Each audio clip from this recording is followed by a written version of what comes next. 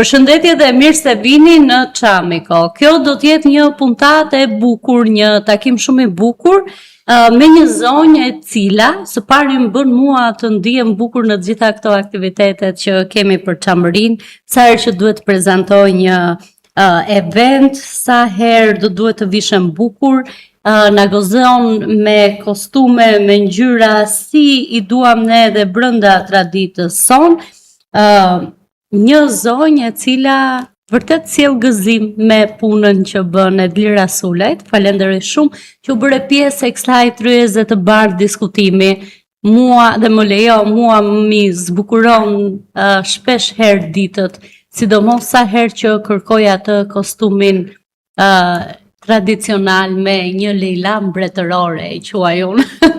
Mirë se erdhe dhe faleminderit shumë për gjithë punën dhe kontributin tënd.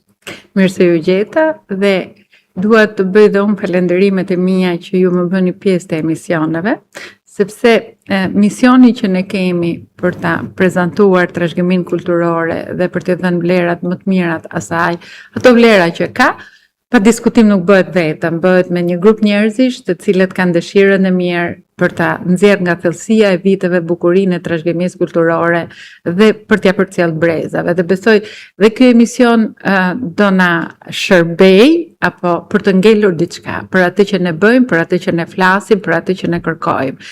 Dhe gjatë gjithë kohës që ne do bisedojmë, unë gjithmonë jam në dispozicion të prezantimit të trashëgimisë kulturore, por në komunikim me gazetarët, gjithmonë më nxjerrin diçka më shumë se mund të nxjerr vetë nga vetja ime. Tani unë e nisa me këtë Leilan mbretërore. Kostumet çame kanë pa diskutim, kemi një këngë shumë të bukur të mankuqe. Ka ngjyra të tjera shumë të bukura, po mua më pëlqen ajo Leilaja mbretërore. Nuk e di si të duken ty kostumet tona mes shumë gjërave të shndritshme që ka i gjithë tradita jonë, nga veriu në jug, nga mund të themi krahina të ndryshme, edhe të Kosovës, edhe të shqiptarëve të Maqedonisë. Pra, ne kemi kaq shumë gjëra dhe kaq shumë bukuri, po ndonjëherë njeriu lidhet me atë që është identitare e vetja dhe mua më pëlqen shumë ajo Leilaja mbretërore. Tani unë mund ta idealizoj pak këtë, që si ajo Leila nuk ka, po të si duken kostumet e Çamërisë? Dëgjoj, nëse më lejon dua ta filloj që kostumi tradicional është fytyra e një kombi, fytyra e një krahine, identiteti i një krahine. Besoj se më mbështesin edhe pjesë të tjera të trashëgimisë kulturore, por besoj se është një pjesë kryesore që identitare e zonave të Shqipërisë, por edhe vetë trojave shqiptare. Pa diskutim ne gjithmonë mundohemi të tregojmë kufi, të gjejmë se ku ndajmë, ku bashkojmë dhe është përzierë aq keq Shqipëria është të paktën me këtë që thuhet nga historianët dhe nga etnografët, është ndarë shumë, është përgjysmuar në të gjitha kufit, kufizohet me veten, por pa diskutim. Veshja tradicionale është ajo e cila tregon ku kanë jetuar shqiptarët, tregon si janë veshur shqiptarët, si e kanë pas ato kujdesin për veshjen tradicionale. Dhe është një fjalë që në Shqipëri është vështirë të jesh mbret, se do jesh mbret i disa mbretërve. Dhe kjo sinqerisht lexohet shumë bukur në veshje tradicionale. Të gjithë krahinave, gjithë secila krahin ka një veshje mbretërore të bukur.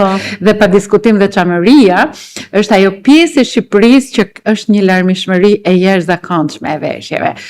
Në fakt, duke falendëruar të gjithë historianët dhe etnografët që kanë bërë diçka, kanë ruajtur diçka në libra dhe në fotografi, veshjen tradicionale në vitet apo albumet që ne kemi në dorë, unë mendoj se shumëllojshmëria e veshjeve tradicionale çame është shumë e madhe. Madje në takime me shumë çam që kujdesen shumë për prejardhjen e tyre, që duan ta rigjenerojnë identitetin e tyre sepse ju është mohuar shumë, kam parë që janë vërtet veshje shumë mbretërore. Duke filluar që nga vitet apo pikturat e francezëve dhe gjermanëve të viteve 830. Dhe kjo është një pasuri e jashtëzakonshme. Kam qenë në vizitë në Janin, pavarësisht nuk diskutohet që në zonat kufitare gjithë secili shtet kërkon që atë pjesë të trashëgimisë kulturore ta tregojë për të veten, por themi nganjëherë dielli nuk mbyllet me shosh. Ka elemente dhe e padiskutueshme që në kufit shtetëror ka dhe veshja vetë tregon marrëdhënien që ka qenë ndër kufitare, tregtare dhe identitare me njëri tjetrin, pa diskutim unë e them në veshje lexoj miqësi, armiqësi.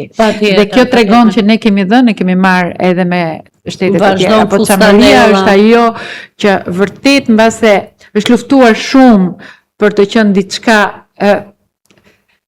jo identitare, por nuk e mbulojnë dot dhe veshja tradicionale, nëse ne do t'i hyjmë, ta kërkojmë, ta gjejmë, ta rigjenerojmë, është pafund. Nuk është vetëm ajo veshja mbretërore. Patjetër.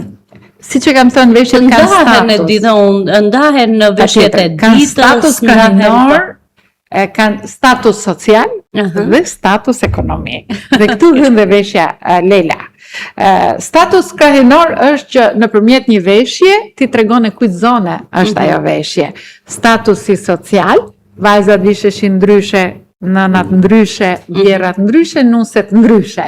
Dhe po të njëjtën veshje, po të njëjtin dizajn, por ndryshimi i ngjyrave të hapura dhe të mbyllura përbënte moshën e personit që e vishte, pastaj ka qenë dhe pjesa, nëse vajzat ishin me shamia të bardha, ishin të pafejuara, me shamia të kuqe, ishin të martuara, diçka e tillë, me ngjyra të ndezura, ishin nuset.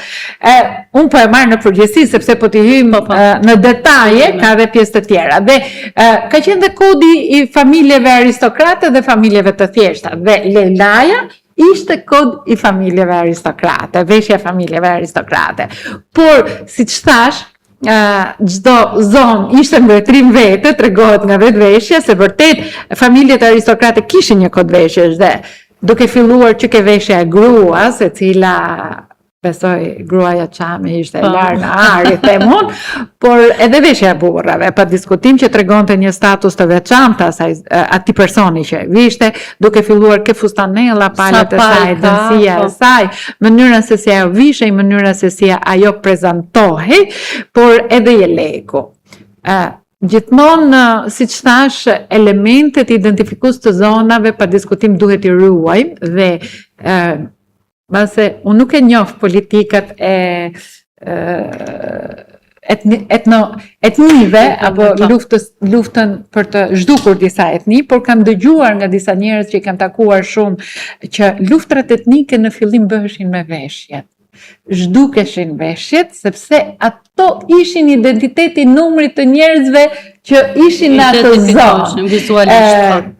Kam dëgjuar dhe nga malazez, shqiptar që jetojnë në Maltëzi, që ju kam bërë veshje dhe në 2009 kam takuar një zotëri që ishte 74 vjeç në atë kohë dhe thoshte që babai tregonte që kur serbët hynin në fshat, gjëja e parë që bënin ndiqnin veshjet tradicionale.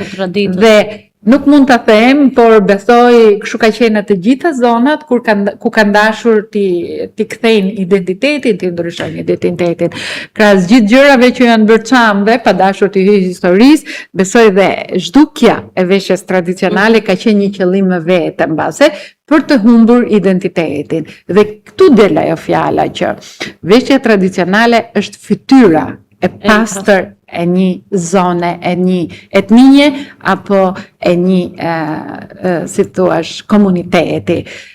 I studionet Lira, para se të nisësh të hysh në botën e realizimit të këtyre kostumeve, pra unë dua të rikthej pas në vitet 2000 ndoshta kur nisët me shumë pasion të dedikoheshit traditës, po njëkohësisht edhe çdo ditë të mësonit diçka të re, një element të ri për secilin nga kostumet që keni realizuar.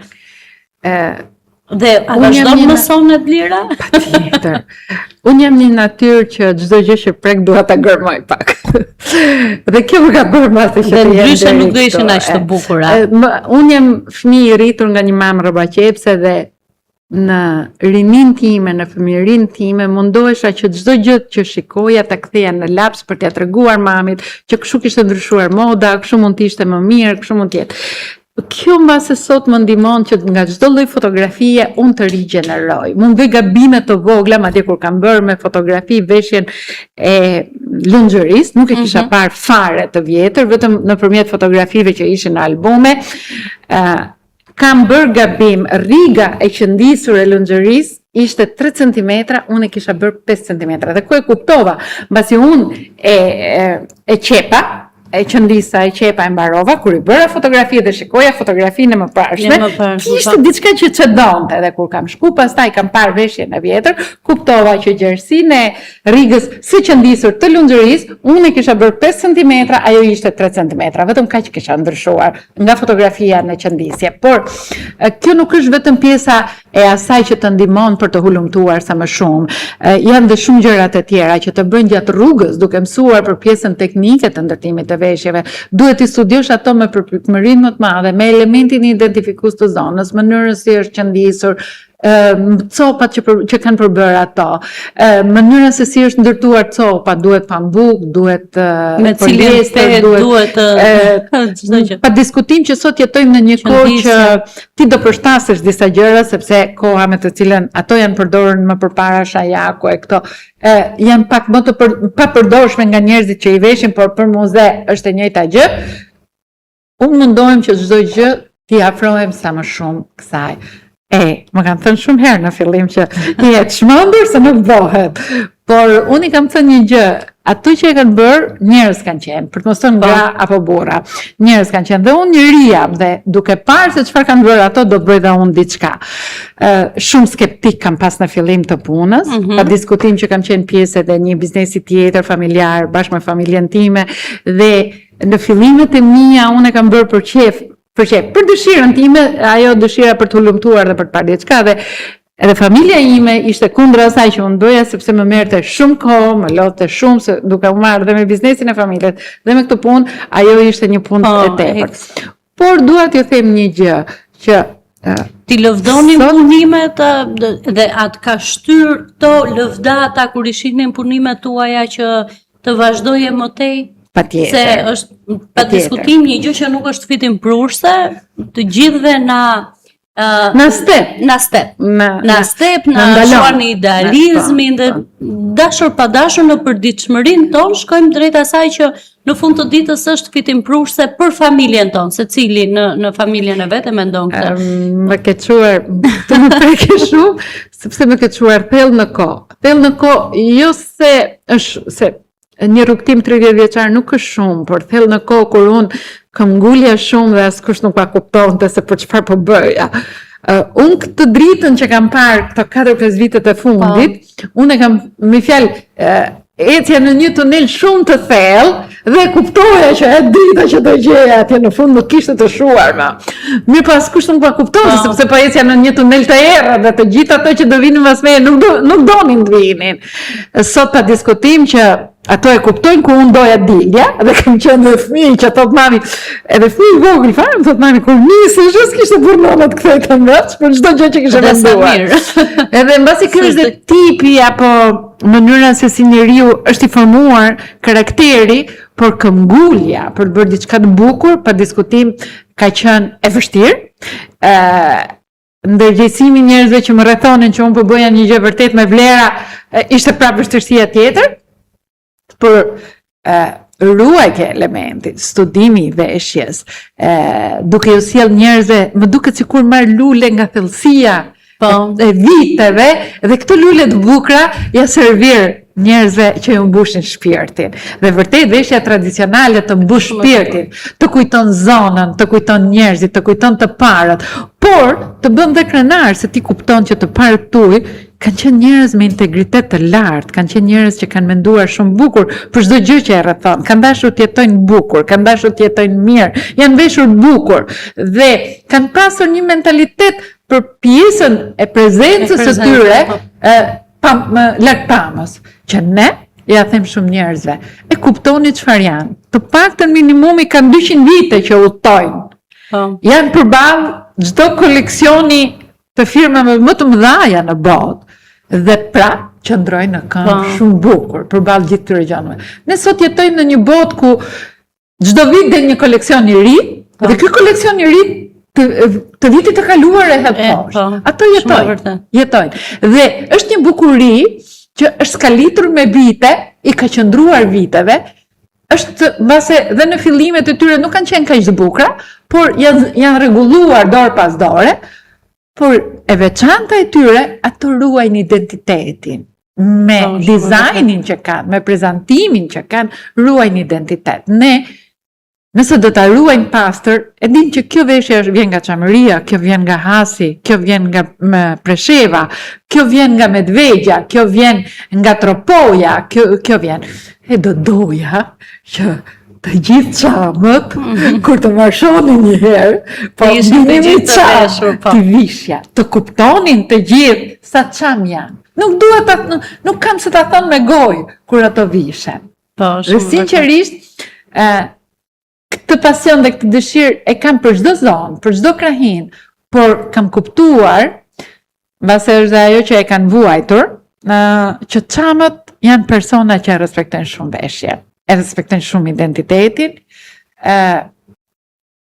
mbase njeriu atë që ka nga ata persona të cilët kanë ardhur dhe kanë thënë po e kam të trashëguar dhe e lira dua që të ma sjellësh ti sjellësh jetë, ti sjellësh pak më jetë, ndoshta nga haresa, ndoshta e lën diku në një sënduk, është si thua është vjetëruar apo e ka zënë ai pluri i haresës dhe pa pritur dikush do që ta nxjerrë nga ai pluri i haresës një kostum apo një elek.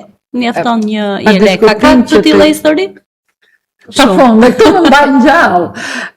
E them shumë herë që sado që jam e lodhur dhe asnjëherë nuk dua t'i kujtoj vitet e vështirësisë, por prapë ato kujtohen sepse janë në mendjen time, janë skalitur në rrugtimin që unë kam bërë, kur kujtoj ato, siç thash më çfarë shumë thellë, por kur vi sot që vërtet mbush kënaqësinë e një personi për të parët e tij, për identitetin e tij, për mua është kënaqësi shumë e madhe.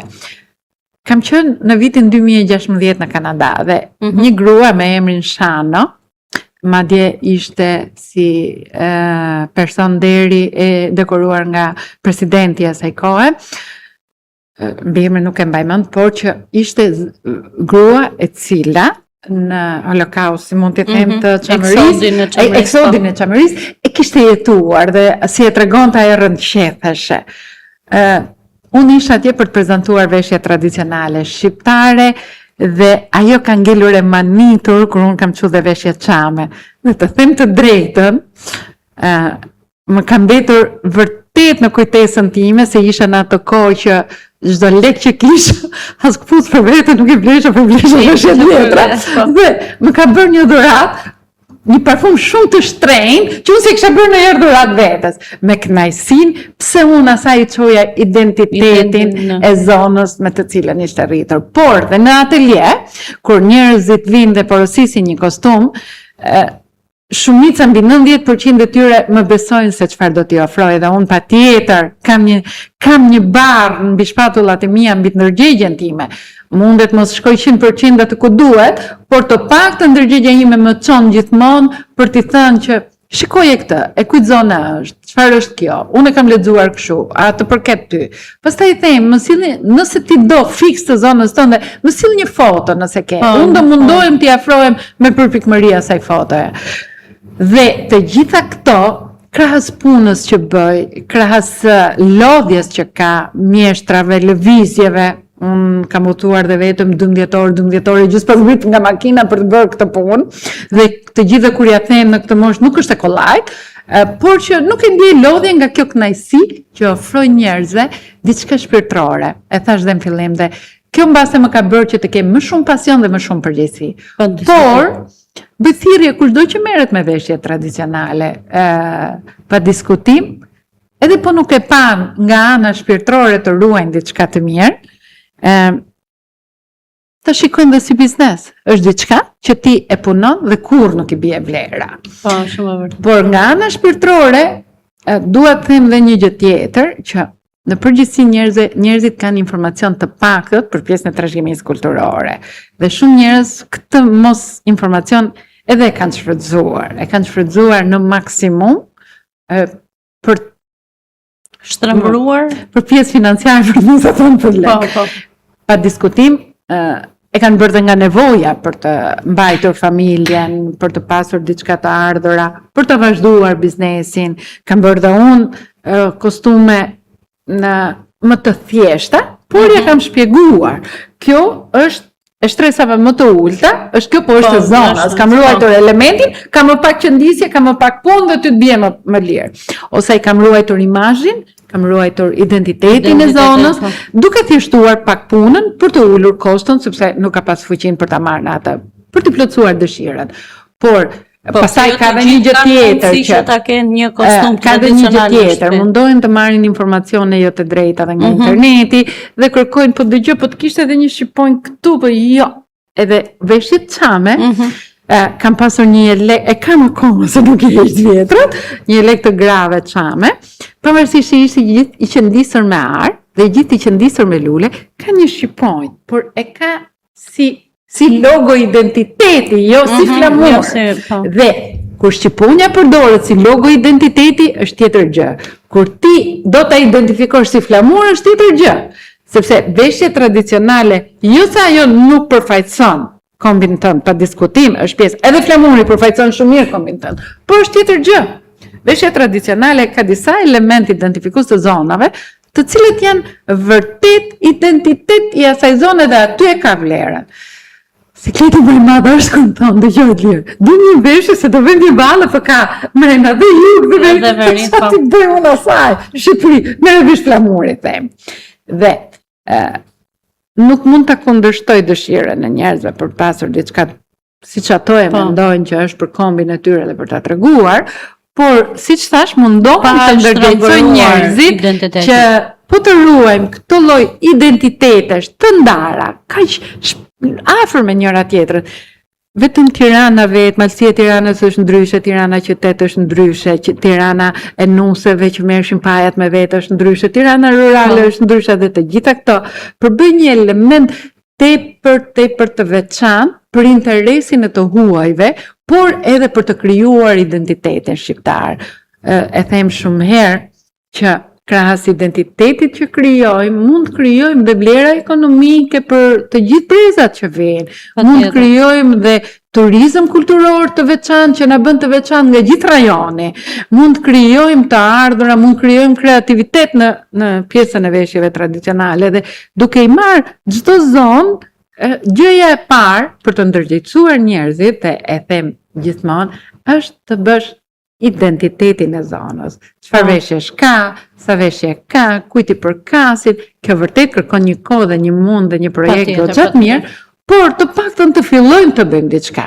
Të fillojmë të kërkojmë dhe të mbajmë fort atë që kemi, të mbajmë fort atë që na kanë lënë. Të mos e lejmë sepse po ti ke brezin, brezijot, kam frikë se do zhduket nga inteligjenca dhe ka filluar inteligjenca. Nuk e di se si pranohen. Kjo është pjesë e institucioneve, vërtet në inteligjencën mund të përdorim, po jo të na vrasi. Dhe në momentin që ti bën një postur të aktivitetit, me inteligjencë artificiale, veshja del e Ballkanit, jo e Shqipërisë. E kjo është merë. Më beso, ka edhe të tilla gabime. Po, kisha një djalë në punë dhe po bëja një poster të një projekti që kishim tradita në Kartolin, dhe ja tha e bona, çfarë ke bomër, thash, kjo është veshja tiranëse? S'ka shanse, mos ma qitë më nga jaj, thash, nuk është kjo. Dhe një djalë tjetër, i cili ka punuar mbi 7 vite me mua si designer duke punuar veshjen e këtu, më bëri posterin, a e di çfarë dua unë, dhe sinqerisht, të prezantoja të dy ato postera, ishin shumë larg me njëri tjetrin për atë që e njeh. Po, dhe është një lloj si të thuash që makineria mund t'i vizatojë apo mund t'i dizenjojë këto kostume, po asnjëherë si dora e njeriu dhe si gjithë dashuria dhe përkushtimi që i dedikohet një kostume. Dëgjoj, ka shumë makineri të cilat edhe ne jemi bërë pjesë e përdorimit të tyre, por në masën e dorë. Pse do të thuash?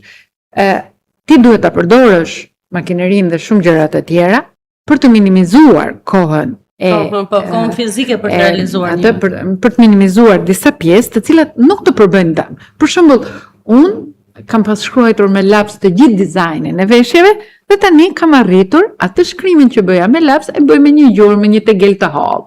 Pastaj i bi sipër, ama ti nuk duhet vesh dorë në identitet. Dhe kjo është ajo të cilën unë do doja të ishte një apel për të gjithë ne, për të gjithë ato që merren. E thash dhe në fillim, unë nuk gjykoj ato që duan të mbajnë familjen e tyre financiarisht, unë nuk gjykoj njerëzit, por të vrasësh diçka për të ndërtuar të ëndën, kjo është krim. Duhet të ndërtosh diçka pa dëmtuar diçka tjetër. Tu manku që më belhol, ta bën me sy, ta bën me dorë. Tu manku që më belhol, ta bën me sy, ta bën me dorë.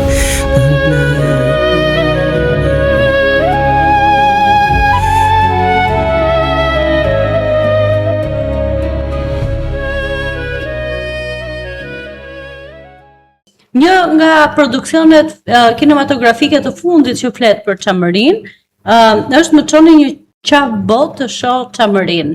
Edhe është një produksion kinematografik në të cilën Sildi është kujdesur që kostumet të gjitha të realizuara mjeshtërisht nga ju, të mbërrini në film ashtu. Suela Bako, aktor të tjerë, personazhe të njohur e të panjohur, janë veshur me kostumet tuaja, si në skenën artistike, por po aq edhe në emocionet e një ditëlindjeje ose e një dasme të bukur, e një gëzimi familjar, Sa të gëzon fakti që figura publike, figura të njohura të ekranit, e promovojnë identitetin, pra kujdesen që të duken bukur edhe përmes këtyre kostumeve tradicionale. Të gëzon fakti që ka filluar të bëhet një gjë normale, ashtu siç duhet të ishte. Shqipëria për shumë vite kaloi nga diktatura në një tranzicion që duhet të ishte i gjatë, nuk e kishim mendjen për traditën. Nga ana tjetër ishim të hetur për të parë modernizimin. Më vonë në 97-ën pati krizën e vet, sërish Shqipëria me veten e vet edhe për shkaqe ekonomike, dhe vetëm pas viteve 2000 ndoshta kemi filluar të mendojmë që kjo gjëja identitare na bën të lumtur, siç na bëri të lumtur polifonia, si thua në filmin hollywoodian, siç mund na bëj të lumtur fyejt e Gramshit, siç na bëjnë të lumtur nuk e di shpella e Odiseut apo e Ciklopit, pra monumentet të kulturës që të tjerët na i tregojnë, na i vlerësojnë shumë dhe neve atëherë e kuptojmë çfarë pasurish kemi. Dgjoj, unë kam shumë për të folur në këtë drejtim, po dua të them një gjë. Më kënaq fakti që vërtet kam hulumtuar dhe dua të ruaj identitet, sepse besoj çdo njeri nuk matet dhe vjen një moshë që njeriu nuk matet më me pjesë financiare, po matet me atë që lë mbrapa. Dhe përdorimi i këtyre veshjeve, përdorimi i disa ngjarjeve, duke i dhënë identitet nëpërmjet veshjeve tradicionale, duke i bërë dhe film, nuk mund të them se kemi bërë shumë, po kemi filluar të bëjmë. Edhe Sindi kur ishte për filmin, kishte komunikuar me punojësit, kishte edhe më thonë këto që ishte film, prit, ndaloni, sepse qa i ke Sindi? Qa tipi ka?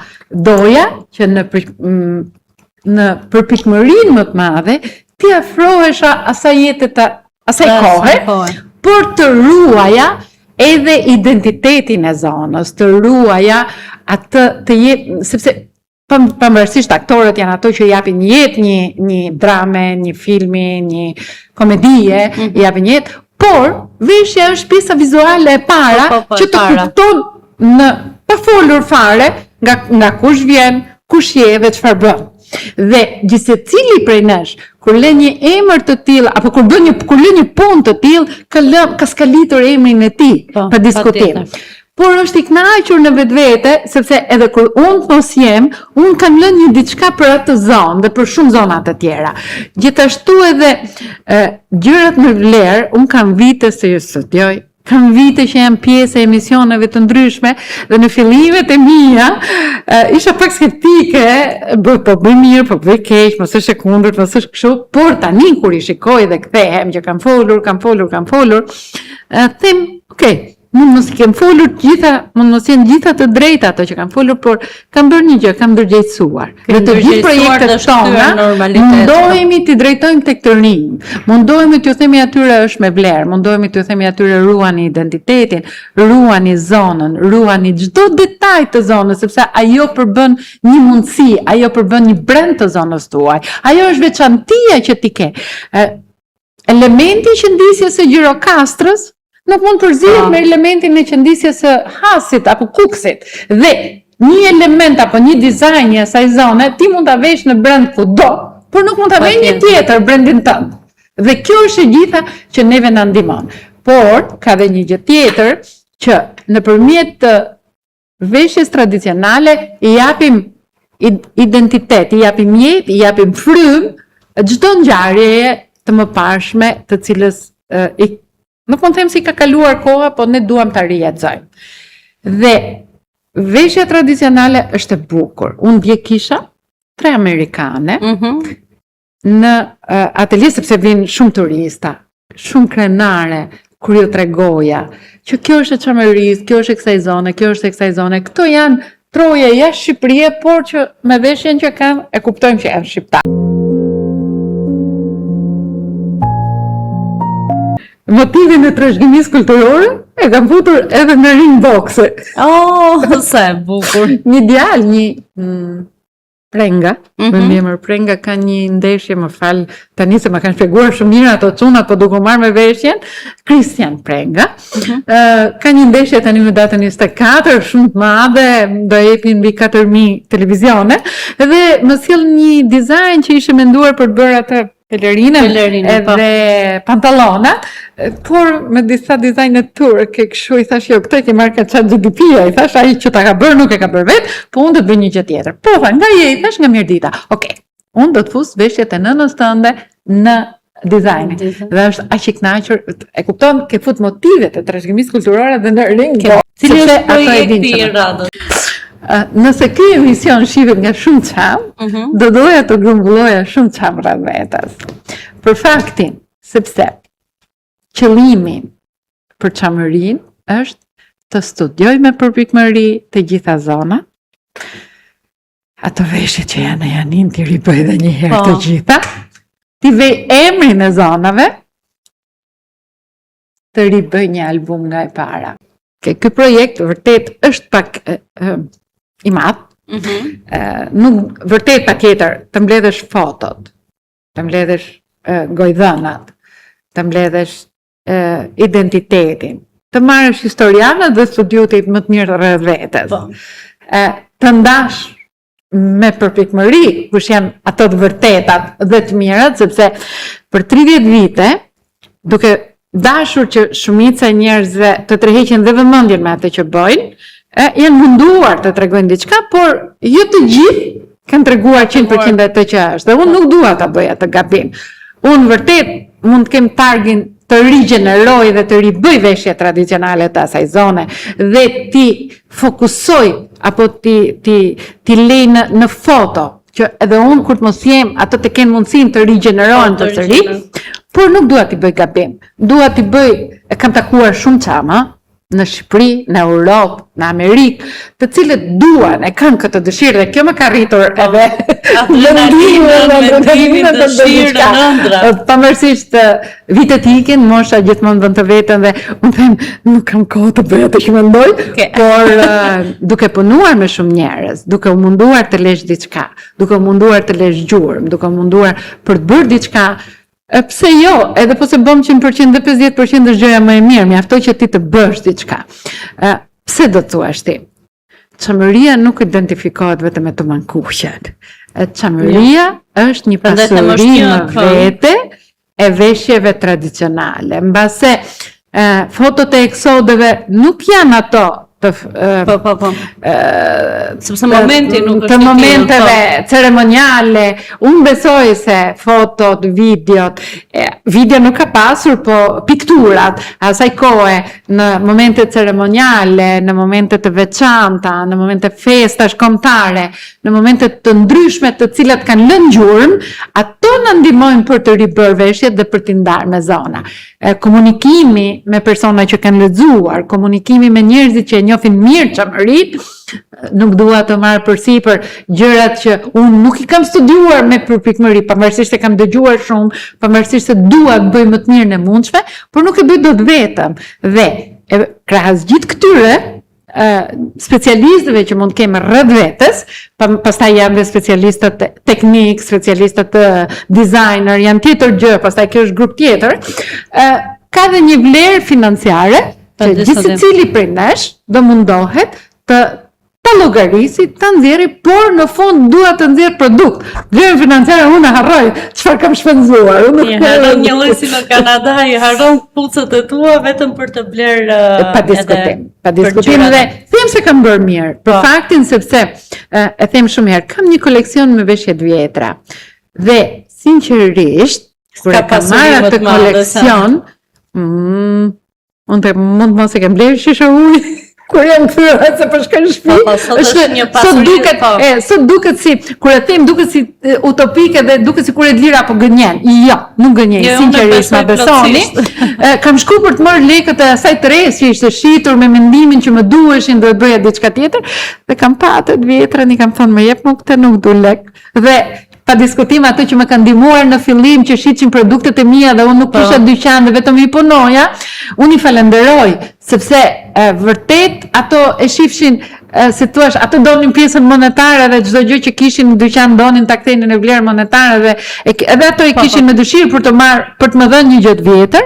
Unë i falenderoj sepse më kanë ndihmuar për të pasur një identitet të cilin unë e krahasoj sot dhe e shikoj çfarë bëj, çfarë kam lanë mangut, çfarë kam gjetur, çfarë mund bëj më shumë, nëpërmjet atyre mund të shikoj dhe foto dhe bëj diçka. Ke parasysh se më ndihmojnë shumë, më ndihmojnë pavarësisht se si i kam pasur, si i kam vënë, si i kam marrë, sot më duket kjo është pasuria më e madhe e ime dhe nuk i kthej kurrë dot me lek. Më kanë ofruar është një gazetar francez më thoshte se po mirë veç çmim 10.000 euro. Vetëm shit. Jo, nuk ka çmim. Kjo nuk shitet me lek. Ka disa gjëra që në fakt nuk kanë çmim. Dhe mbase kur unë të mos jem, atyre do bi vlera krejt për faktin sepse jo çdo njeri mund ta prezantoj siç e prezantoj apo mund ta mendoj siç unë e mendoj sot. Pa diskutim djali im por edhe mund të rritet vlera 100% i predispozuar për të më ndihmuar dhe për të bërë punën time, ka lënë gjithë shkollat që ka bërë punët e veta dhe merret me mua dhe më ndihmon kudo që shkoj, madje i gjithmonë çmendurisë time kur unë lëviz jashtë Shqipëria vetëm e kështu nuk më le. Por pa diskutim që unë atë e mendoj, atë koleksion nuk e mendoj si vlerë monetare, por e mendoj si një mundësi për ta parë dhe shumë njerëz të tjerë, për ta prekur dhe shumë njerëz të tjerë, për t'i treguar dhe botës që ne shqiptarët këto jemi. Është shumë e bukur. Është një mision nganjëherë i pamundur, mision të çmendur prap, por gjithsesi un kam zgjedhur një rrugë apo një mendim për veten dhe për punën që bëj. Mjafto të lej një gjurmë.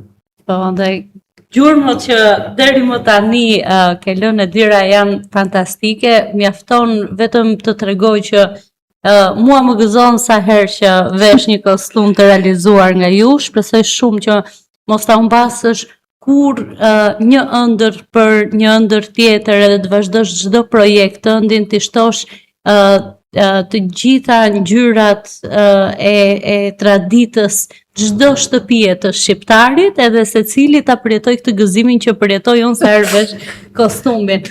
Mund të flisnim pafund gjatë bashkë, se kjo është një bisedë shumë e bukur, po unë dua ta mbyll edhe të falenderoj vërtet me këto fjalit që vërtet ka disa pasuri të cilat nuk i masim dot me para. Edhe ky pasioni juaj, kjo dëshira juaj është vërtet një mrekulli të cilën unë e vlerësoj shumë. Faleminderit dhe nga ana ime. Pa diskutim që çdo treve e Shqipërisë është një si thua obligim për mua, por nuk e di pse mbase çamëria tash, edhe nga njerëz që kam takuar dhe janë shumë të predispozuar për veshjen tradicionale dhe zonën e tyre, ashtu si për Tiranën, që jam vetë tiranëse. Nuk e di, po kam një dëshirë shumë të madhe të gërmoj derisa të nxjerr fundin. E ke gjithmonë derën të hapur këtu në Çamiko edhe një herë të falenderoj për gjithë ato eventet e bukura që na ke zbukuruar neve. Faleminderit. Faleminderit edhe që ishe pjesë e kësaj bisede. Falenderoj edhe të gjithë ata që na ndoqën edhe këtë të premte. Shihemi të premten tjetër në orën 20:00. Nana ime këndon të bukur, dilte në obor, varte robat e lara edhe këndonte. Kur të bënë pruf fustani, si në det kur shkon